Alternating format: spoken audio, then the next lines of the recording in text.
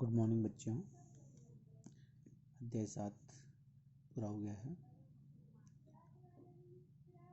इसमें जितने भी टॉपिक आपने पढ़े हैं उन सबको अच्छी तरह से कापी में नोट करेंगे और याद भी करेंगे। ठीक है, आँख की प्रश्न में हल करनी है आपने। कुछ हमने किए हैं, कुछ आप अपनी बुक से कर लें और हम आज से नए चैप्टर शुरू कर रहे हैं। इसका नाम है विद्युत चुम्बकीय तरंगें। विद्युत चुम्बकीय तरंगें में हम विस्थापन धारा के बारे में पढ़ेंगे।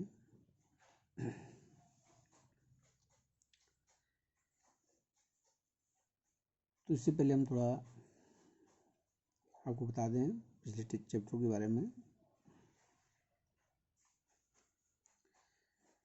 पिछले अध्याय में हमने देखा कि विद्युत धारा जब किसी चालक में प्रवाहित की जाती है तो उस चालक में एक चुंबकीय क्षेत्र उत्पन्न हो जाता है। हॉस्टोर ने कहा था कि जब किसी चालक में विद्युत धारा प्रवाहित की जाती है तो चालक में एक चुंबकीय क्षेत्र उत्पन्न हो जाता है। इसके बाद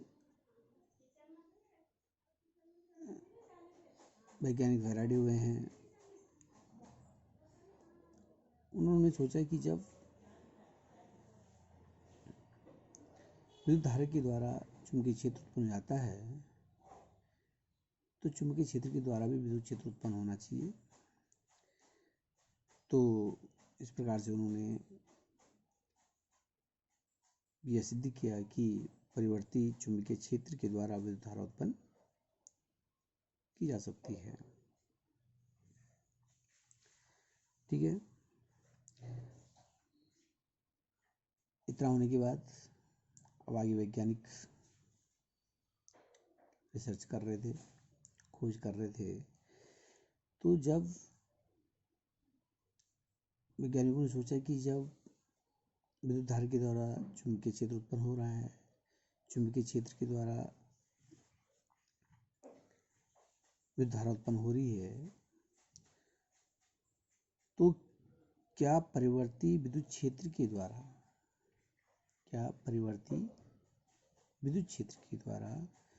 चुंबकीय क्षेत्र उत्पन्न किया जा सकता है? ये दिमाग में उनके क्वेश्चन आया कि क्या विद्युत क्षेत्र के द्वारा या परिवर्ती विद्युत क्षेत्र जो परिवर्तनशील है, परिवर्ती मतलब होता है परिवर्तनशील, तो क्या परिवर्तनशील विद्युत क्षेत्र के द्वारा या परिवर्ती विद्युत क्षेत्र के द्वारा चुंबकीय क्षेत्र उत्पन्न किया जा सकता है? ठीक है ना। तो इस पर वैज्ञानिक मैक्सवेल ने रिसर्च किया और उन्होंने अपने निष्कर्ष के द्वारा बताया कि परिवर्ती क्षेत्र के द्वारा भी चुंबकीय क्षेत्र उत्पन्न कर सकते हैं। परिवर्ती विद्युत क्षेत्र से क्या कर सकते हैं? हम चुंबकीय क्षेत्र को उत्पन्न कर सकते हैं। और इस प्रकार से जब इन्होंने ये सिद्ध कर दिया,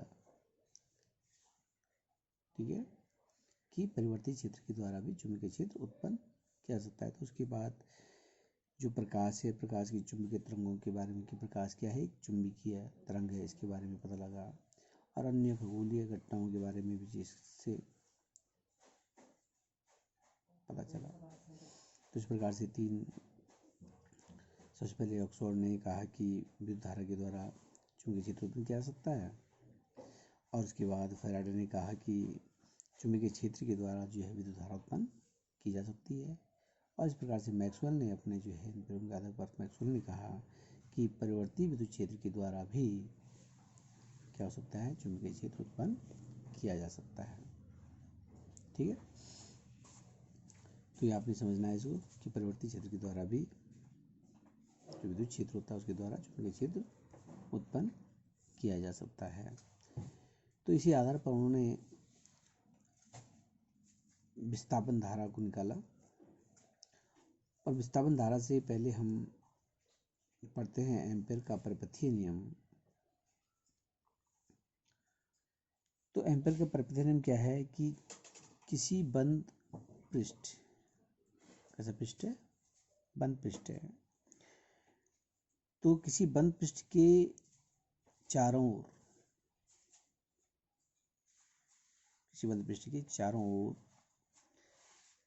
चुंबकीय क्षेत्र जो होता है उसका यदि रेखीय समाकलन किया जाए, क्या किया जाए, रेखीय समाकलन किया जाए, तो यह रेखीय समाकलन होता है उस पृष्ठ से घिरे हुए,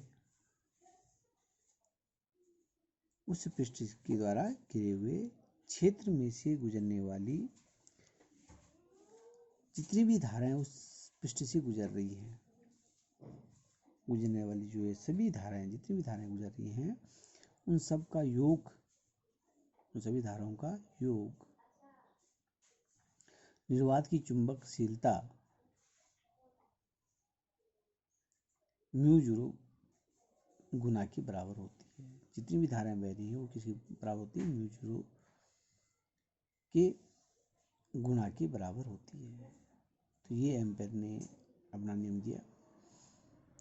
तो इस प्रकार से हम यहाँ पर इसको लिख सकते हैं। ये देखिए, ये रेखीय समाकलन यहाँ पर है, ये बंद पृष्ठ है, किसी बंद पृष्ठ के परितः, ये बंद पृष्ठ है, इसके परितः, इसकी चारों ओर चुंबकीय क्षेत्र का रेखीय समाकलन, इस समाकलन का चिन्ह लग गया है, रेखीय समाकलन किसी चुंबकीय क्षेत्र का, जो चुंबकीय क्षेत्र B है, इसका रेखीय समाकलन इस पृष्ठ द्वारा घिरे हुए क्षेत्र में से गुजरने वाली समस्त धाराओं का, जितनी भी धाराएं होती हैं समस्त धाराओं का जो योग होता है वो क्या होता है, म्यू जीरो गुना होता है। जितनी भी धारा बह रही है उसका म्यू जीरो गुना होता है। इसका जो रेखीय समाकलन होता है, डीएल रेखीय समाकलन किसका, चुंबकीय क्षेत्र का रेखीय समाकलन उस पृष्ठ से गुजरने वाली धाराओं के योग का म्यू जीरो गुना होता है, जहाँ म्यू जीरो क्या है, निर्वात की चुंबकशीलता कहते हैं। म्यू जीरो क्या कहते हैं, निर्वात की चुंबकशीलता। ठीक है, तो ये आपके पास एम्पीयर का परिपथीय नियम है, तो इसको हम लिखेंगे। ये भी काफ़ी इंपॉर्टेंट क्वेश्चन है। एम्पीयर का परिपथीय नियम 1 नंबर का क्वेश्चन आता है, इसको आपने याद रखना है। किसी बंद पृष्ठ के परितः, जैसे हमने बताया इस प्रकार से, यहाँ पर ये बंद पृष्ठ है, इसके परितः चारों ओर परितः चुंबकीय क्षेत्र का रेखीय समाकलन, ये चुंबकीय क्षेत्र ये भी है, इसका रेखीय समाकलन, ये रेखीय समाकलन का चिन्ह हो गया, ये एस जो बन रखा है यहाँ पर, रेखीय समाकलन उस पृष्ठ द्वारा घिरे क्षेत्र में से गुजरने वाली सभी धाराओं के योग का, सभी धाराओं के योग का म्यू जीरो गुना होता है। म्यू जीरो क्या है, निर्वात की चुंबकशीलता है। ये एम्पीयर का परिपथीय नियम है। वैज्ञानिक मैक्सवेल ने, जिन्होंने कहा कि परिवर्ती विद्युत क्षेत्र के द्वारा हम क्या कर सकते हैं, चुंबकीय क्षेत्र को उत्पन्न कर सकते हैं, तो उन्होंने यहाँ पर संशोधन किया। मैक्सवेल ने परिवर्तीय नियम में संशोधन किया। उन्होंने क्या संशोधन किया कि किसी बंद पृष्ठ के परितः चुंबकीय क्षेत्र का रेखीय समाकलन उस पृष्ठ से बहने वाली चालन धारा तथा विस्थापन धारा, चालन धारा तथा विस्थापन धारा के योग का म्यू जीरो गुना होता है।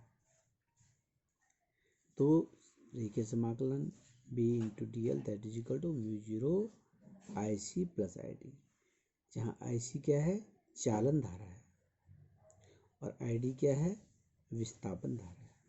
तो इस प्रकार से यहाँ पर विस्थापन धारा आएगी, ठीक है ना। तो ये मैक्सवेल ने जो संशोधन किया है, मैक्सवेल का परिपथीय नियम हम उसको कह सकते हैं, मैक्सवेल का परिपथीय नियम। ये एम्पेयर का परिपथीय नियम है, ये मैक्सवेल का परिपथीय नियम। जो संशोधन किया गया एम्पेयर के परिपथीय नियम में, उसका ये है, ठीक। तो किसी बंद पृष्ठ का के परितः चुंबकीय क्षेत्र का रेखीय समाकलन उस पृष्ठ से गुजरने वाली चालन धारा तथा विस्थापन धारा के योग का म्यू जीरो गुना होता है। क्या आपने ध्यान रखना है, ये सूत्र भी पूछा जा सकता है परीक्षा में, और इस परिभाषा भी पूछी जा सकती है, आता है ये अक्सर, ठीक है ना। अब हम चलते हैं, हम पढ़ रहे हैं विस्थापन धारा। यहाँ पर हमारा विस्थापन धारा निकल गया। तो विस्थापन धारा क्या होती है हम देखेंगे। अतः वैद्युत फ्लक्स में परिवर्तन के कारण संधारित्र के प्लेटों के बीच उत्पन्न धारा को विस्थापन धारा कहते हैं। इसे आईडी से प्रदर्शित करते हैं। इस प्रकार से उन्होंने निकाला, अतः वैद्युत फ्लक्स में परिवर्तन के कारण, जब वैद्युत फ्लक्स में क्या होता है, परिवर्तन होता है, तो संधारित्र के प्लेटों के बीच उत्पन्न धारा, संधारित्र की जो प्लेटें होती हैं, दो प्लेटें होती हैं संधारित्र की, उनके बीच में जो धारा उत्पन्न होती है, वही धारा हमारी क्या कहलाती है, विस्थापन धारा कहलाती है। इसे आईडी से प्रदर्शित करते हैं, और आईडी बराबर एप्सिलॉन जीरो डी फाई आई अपॉन डी टी। ठीक है, यहाँ पर फ्लक्स परिवर्तन, ठीक है, फ्लक्स में परिवर्तन हो रहा है डी फाई आई अपॉन डी टी। तो संधारित्र की प्लेटों के बीच जो फ्लक्स परिवर्तन की दर है ये, तो इसको हम लिख सकते हैं डी फाई आई अपॉन डी टी। क्या है, संधारित्र की प्लेटों के बीच वैद्युत फ्लक्स के परिवर्तन की दर है, ठीक है ना। तो इस प्रकार से आप इसको सॉल्व कर सकते हैं। इसके बाद, इन नियमों के बाद मैक्सवेल ने जो है कुछ अब समीकरण दिए हैं। सभी जो आपके पास नियम हैं, जो गाउस का नियम है और चुंबकत्व संबंधी गाउस का नियम है, फैराडे के विद्युत चुंबकीय प्रेरण का नियम है, और एम्पियर मैक्सवेल जो समीकरण है, जो आपके पास बताई एम्पियर मैक्सवेल समीकरण, दोनों की समीकरण है ये। तो इन आधारों पर उन्होंने जो है कुछ समीकरण दी हैं, जिन्हें हम कहते हैं मैक्सवेल की समीकरण कहते हैं, ठीक। तो ये आपके पास है मैक्सवेल की समीकरण, मैक्सवेल की समीकरण है, मैक्सवेल्स इक्वेशंस। तो सबसे पहले जो निकली है समीकरण, विद्युत संबंधी गाउस का नियम हमने पढ़ा है। विद्युत संबंधी गाउस का जो प्रमेय है, उसके अनुसार है ये। तो इसमें क्या है, इस नियम के अनुसार किसी बंद पृष्ठ से संबद्ध कुल अविलंब वैद्युत फ्लक्स उस पृष्ठ से परिबद्ध नेट आवेश का एप्सिलॉन जीरो गुना होता है, ठीक है। किसी बंद पृष्ठ से संबद्ध कुल अविलंब वैद्युत फ्लक्स उस पृष्ठ से परिबद्ध नेट आवेश का एप्सिलॉन जीरो गुना होता है।